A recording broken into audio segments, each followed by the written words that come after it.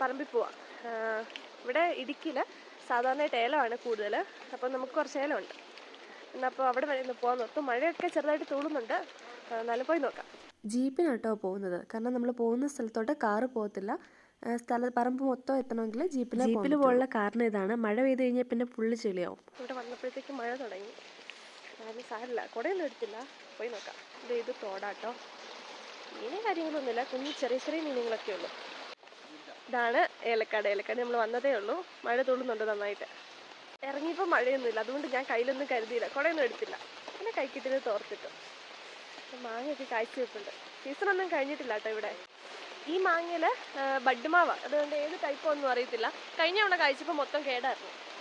ഇതിന് വെളിയിൽ നല്ല മഴ പെയ്യുന്നുണ്ട്, പക്ഷേ ഇതിൻ്റെ അകത്തോട്ട് വരുമ്പോൾ നമ്മുടെ മേത്ത് വെള്ളമൊന്നും വരത്തില്ല. മണ്ടയിൽ ഇതുപോലെ മൂടിയായിരിക്കും ഇരിക്കുന്നത്, അതുകൊണ്ട് നമ്മുടെ മേത്ത് വലിയ വെള്ളമൊന്നും വീഴത്തില്ല.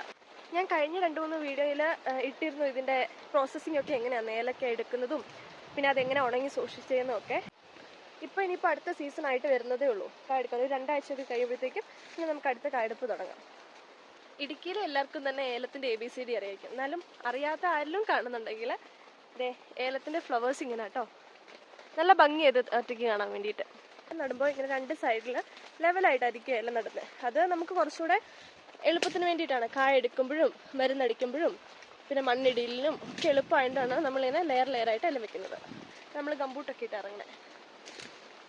പിന്നെ കമ്പും അതും ഇതൊക്കെ കാണും. അപ്പോൾ നമ്മുടെ കാല് മുറിയാണ്ടിരിക്കാനും പാമ്പോ എന്തെങ്കിലും ഉണ്ടെങ്കിലും നമുക്ക് സേഫ്റ്റിക്ക് വേണ്ടിയിട്ട് ഇടുന്ന. വീഡിയോ എടുക്കുന്നതിനിടയ്ക്ക് ഓർത്ത് ഞാൻ എവിടെയോ ഇട്ടിട്ട് പോയി എടുക്കാൻ പോവാം. ഇവിടാന്ന് മറന്നുപോയി. പിന്നെ ഏലക്കടയിലൊക്കെ ഇഷ്ടംപോലെ കണ്ടുവരുന്നൊരു സാധനമാണ് അട്ട. ഇതൊരു കശുമാവുണ്ട്. ഇഷ്ടംപോലെ കായുണ്ട്, നമുക്ക് കുറേ കിട്ടിയിട്ടുണ്ട്. കുറേയും കൂടെ ഉണ്ട് പെറുക്കാൻ. കാഷ്നട്ട് മൊത്തം പെറുക്കി കഴിഞ്ഞപ്പോൾ ഇത്രയും കിട്ടിയിട്ടുണ്ട്. അപ്പോൾ ഇനി കറി വെക്കുന്നതൊക്കെ ആയിട്ട് അടുത്ത വീഡിയോയിൽ കാണുന്നത് വരെ ബൈ.